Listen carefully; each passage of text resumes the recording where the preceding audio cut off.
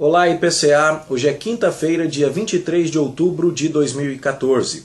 Nós estamos juntos há 788 dias lendo a Bíblia e hoje leremos os capítulos 8 a 10 do livro de Esther.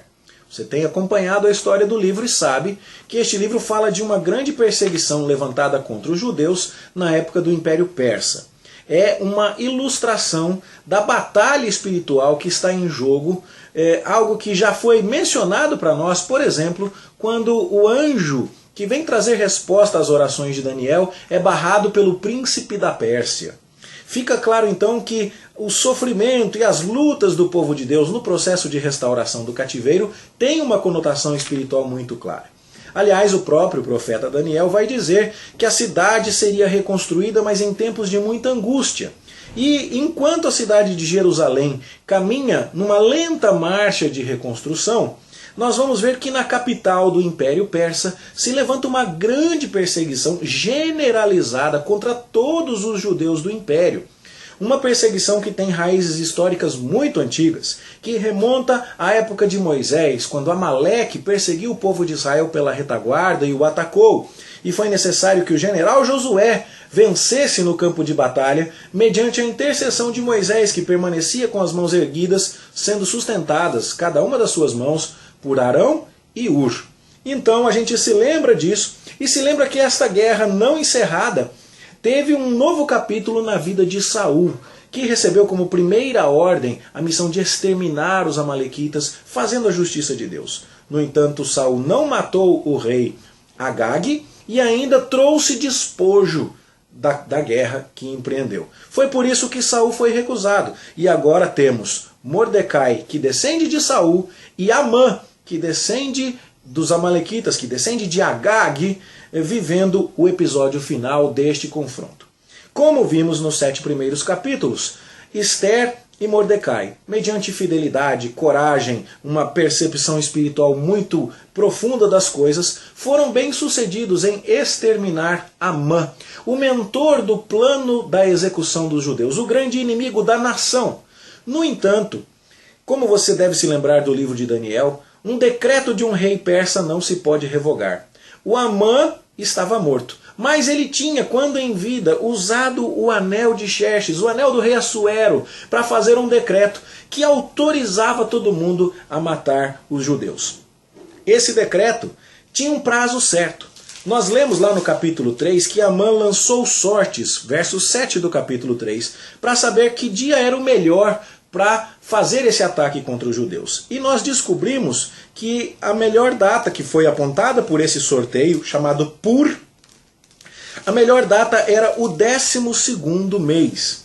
E então, Amã começou a tramar as coisas, lançou o decreto e os mensageiros reais levaram a notícia para todas as 127 províncias do reino. O reino se estendia, e a gente vê isso sendo repetido aqui no verso 9 do capítulo 8, da Índia até a Etiópia.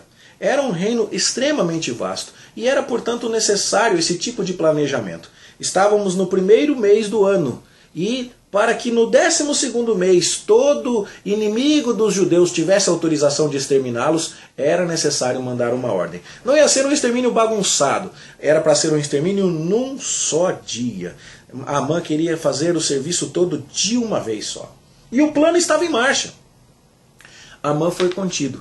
Mas como você vê no verso 9 do capítulo 8, na sua parte inicial, estávamos no 3º mês, quando agora, depois da morte de Amã, Assuero presenteia Esther com a casa dele. Isso era um costume dos persas, não é? Todo traidor tinha seus bens confiscados pelo governo, pela coroa.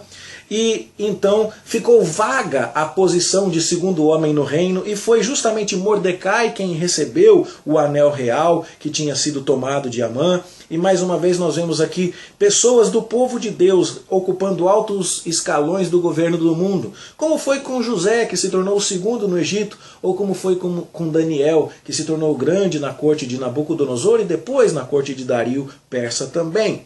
Então, agora há um judeu no comando, a rainha obteve o favor do rei, mas o decreto que Amã tinha lançado continuava em pé. E se você se lembra do livro de Daniel, um decreto feito em nome do rei, selado com o seu anel, não se pode revogar. E agora o que fazer? Então há um jeito persa de resolver isso. Embora o rei, mesmo com toda a sua autoridade, não possa desfazer o primeiro decreto, ele autoriza Ester e Mordecai a fazerem um novo decreto que na prática anula o primeiro. E qual é o decreto? Diz o texto no verso 11 do capítulo 8, que o rei concedia aos judeus que em cada cidade eles se reunissem e se dispusessem para defender a sua vida, para destruir, matar e aniquilar de vez toda qualquer força armada do povo da província que viesse contra eles. Se você se lembra dos vídeos anteriores, destruir, matar e aniquilar são os verbos usados no decreto de Amã contra os judeus. E são verbos que ele toma emprestado da ordem que Deus deu para Saul lá nos livros de Samuel. Então, na prática, está sendo dado um decreto que garante aos judeus o direito de se defenderem. E esse decreto agora é enviado para todas as 127 províncias do reino, com os cavalos, os ginetes, criados na estrebaria, na cudelaria do rei. E os cavaleiros saem depressa, com o termo aqui incontinente. Eles vão correndo levar essa notícia. E na medida em que a notícia chega para as províncias onde os judeus estão espalhados, diz o verso 16 que há felicidade, alegria, regozijo e honra. Uma atmosfera completamente diferente daquela que houve quando o primeiro decreto, o decreto de Amã, foi promulgado. Como você lê lá no capítulo 4, verso 3. Houve grande luto, jejum, choro e lamentação. Agora não. Agora as coisas se invertem. O perseguido Mordecai agora toma o lugar de Amã. Os que tinham determinado a sua morte agora têm decretada a garantia de que podem se defender. E é dito, inclusive, que eles poderiam saquear os bens do inimigo. E até mesmo o decreto tem uma dubiedade interessante. Você vê no verso 11 que eles tinham autorização de destruir qualquer força armada do povo que viesse contra eles, crianças e mulheres. E aí fica a pergunta: era qualquer pessoa que viesse contra eles, as suas crianças e as suas mulheres? Ou eles teriam o direito de aniquilar, além das pessoas que vieram contra eles, as crianças e mulheres dessas pessoas? Bom, o texto não fica claro e parece ser proposital. Isso não é um problema da tradução, o original também passa essa ideia. E passa a ideia de que os judeus teriam o direito de saquear os bens do inimigo. Mas, como a gente vai ver, não é isso que ocorre. Daqui a pouquinho a gente vai falar sobre isso. A gente vê na sequência do capítulo 8 que esse tipo de decreto agora mostra a importância que os judeus estão assumindo no reino. E da mesma forma que a gente viu no livro de Daniel, o Deus de Daniel sendo temido por conta de um decreto de Nabucodonosor, havendo um decreto de Dario que proíbe as pessoas de blasfemarem contra o Deus de Daniel, você vê aqui Mordecai de tal forma engrandecido que diz o verso final do capítulo 8, que muitos dos povos da terra se fizeram judeus. Muita gente temeu o Deus dos judeus. E há aqui, sem dúvida alguma, um elemento profético. Os profetas que já haviam passado haviam dito claramente que os povos veriam a maravilha que Deus executava em Sião com relação ao seu povo e viriam também para se curvar diante do Deus de Israel. Pois bem, capítulo 9 nos diz que chegou o dia. E isso então, você há de concordar comigo, vem 9 meses depois.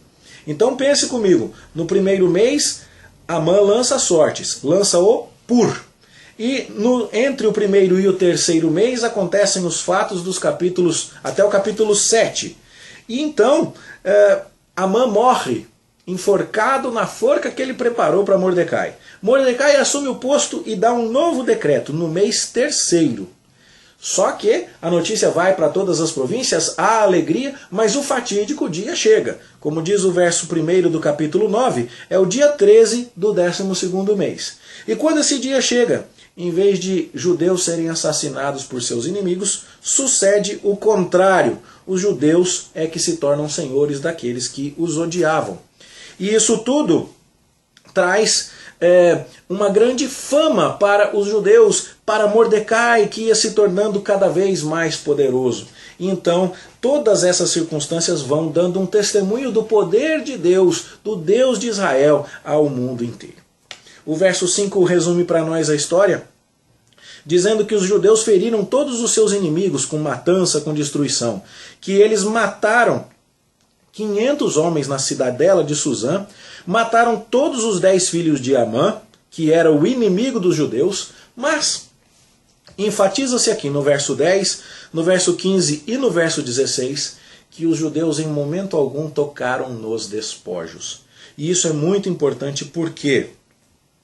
Primeiro porque mostra que a intenção dos judeus não é mesquinha, não é avarenta, não é cobiçosa, não é uma guerra por propriedades. Eles estão lutando por defender a sua própria vida, estão lutando contra o ódio injustificado que o mundo inteiro tem deles. E eles então são defendidos moralmente quando não tocam no despojo. Mas também há um elemento importante que faz toda a relação com aquilo que aconteceu nos dias de Saul. Saul tinha recebido ordens para exterminar os amalequitas e não tocar no despojo. E ele não fez nem uma coisa nem outra. Ele trouxe o rei Agag vivo. E agora Amã, o Agagita, estava dando trabalho. E ele fez também trazer despojos, tentando oferecer sacrifícios com os melhores animais dos amalequitas. E Deus diz para ele, obedecer é melhor do que sacrificar. Bom, no caso dos dias de Ester, nos dias de Mordecai, o povo obedece. E a Guerra Santa é encarada nesses moldes. Eles não tocam no despojo. E isso produz, de fato, esse temor de Deus aos olhos do mundo. É uma história com muitos elementos proféticos, portanto. Os inimigos do povo de Deus são vencidos. A Guerra Santa é concluída. Os povos da terra, vendo o favor de Deus em relação ao seu povo, muita gente se converte. E um governante judeu, assentando-se no palácio real, honrado, vestido com um anel no dedo, faz então uma lança-luz sobre o governante messiânico que há de vir. E é interessante que Mordecai, verso 20, escreve todas estas coisas e envia cartas, verso 21, ordenando aos judeus que comemorassem, verso 22, o mês que se lhes mudou de tristeza em alegria e de luto em dia de festa. Toda essa transformação, essa restauração, essa ideia de que o sofrimento agora existe, mas isso vai se transformar em alegria, também é muito profético e você estudou bastante a respeito disso conosco. É muito interessante, então, nesse sentido, olhar para Mordecai, olhar para outros que foram governantes, como Daniel ou como José, e enxergar deles um tipo do Senhor Jesus Cristo. Alguém que aponta para Cristo. Não é interessante que Mordecai tinha um madeiro preparado para ele? No entanto, não foi executado? E através da sua fidelidade, agora governava o mundo e produzia salvação para o seu povo e mandava que o seu povo comemorasse a vitória sobre os inimigos? Isso tudo então é carregado de significado profético. Outras coisas que são interessantes aqui é que a celebração desta data em que o povo conseguiu triunfar sobre os inimigos, ordenada agora por Mordecai, se transformou numa festa judaica muito conhecida, chamada Festa de Purim. E ela vai ser comemorada, então, no dia 14 do 12º mês. Porque no dia 13 os judeus se defenderam dos seus inimigos e no dia 14 eles banquetearam. Essa é a festa judaica que não está determinada por Moisés. E muitos pensam que o livro de Ester foi escrito tendo como um dos fundamentos principais a defesa da comemoração dessa festa. Os judeus têm grande apreço por este livro e o leem anualmente na festa de Purim. E é uma história que lembra este povo da proteção que Deus lhes concedeu. Bom, o verdadeiro Israel não tem por que temer seus inimigos, porque será liberto, porque será senhor do mundo e verá muita gente se voltando ao seu Deus ao perceber o favor que Deus tem para com o seu povo. Esta é uma mensagem muito tocante no livro de Ester como um todo. Isso aconteceu por todo o império no dia 14. Mas, como você lê na parte aqui, a partir do verso 11 do capítulo 9, o assunto ainda não estava totalmente liquidado. Aparentemente, na cidadela de Suzã tinha sobrado um monte de gente que ainda não estava muito contente com o povo judeu. E quando o rei pergunta para a rainha Esther, você está satisfeita ou você deseja mais alguma coisa? Ela pede, rei, se isso te agrada, eu peço que amanhã a gente tenha autorização para fazer de novo aqui em Suzã o que foi feito por todo o império. Porque, segundo parece, ainda tinha sobrado muita gente inimiga do povo judeu na cidade. Então, naquela ocasião, foram pendurados os cadáveres dos filhos de Amã, para que todo mundo aprendesse que não devia se meter com o povo de Deus, e também foram executados outras pessoas. Mas, novamente é dito que ninguém tocou no despojo. Tá certo? Bom, a partir do verso 23 do capítulo 9, a gente vê que essa é a explicação da origem da festa de Purim. Purim é o plural de Pur, e Pur foram as sortes que Amã lançou para tentar descobrir qual era a melhor ocasião de perseguir o povo de Israel. E daí veio o nome, tá certo? Bom, é dito então que Esther e Mordecai determinaram a celebração dessa festa, e então todo esse fundamento legal é bastante repetido aqui, porque uma das grandes preocupações do livro é mostrar que os judeus celebram uma festa que é legítima, apesar de não ser mosaica. O capítulo 10 termina fazendo-nos olhar mais uma vez para o futuro e vendo a grandeza com que Mordecai foi tratado. E então a gente vê que Assuero ainda o engrandeceu bastante e ele procurou o bem-estar do seu povo e trabalhou pela prosperidade de todo o povo da sua raça. Mais uma vez, um elemento profético aqui. É uma história linda, maravilhosa, cheia de tramas, de reviravoltas, cheio de detalhes que nos permitem fazer conexões muito interessantes e muito vivas. E eu espero que você tenha vibrado como eu na leitura deste emocionante relato bíblico e possa, através da compreensão do que aconteceu, dirigir comigo o seu olhar para o futuro.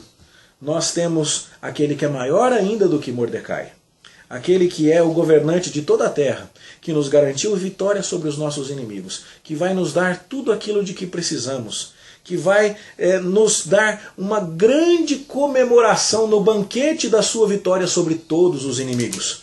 E da mesma forma como nos banquetes de Purim eram distribuídas porções daquilo que tinha sido comido na celebração da vitória, nós temos a nossa porção guardada para o dia da vitória em que virá o nosso Salvador. Que essa história encha o seu coração de alegria e de esperança e que nos faça dizer com ânimo cada vez maior, Maranata, vem Senhor Jesus. Um bom estudo da Palavra de Deus, uma boa leitura para você. Amanhã a gente se encontra aqui, se Deus nos permitir, para continuar. Até lá.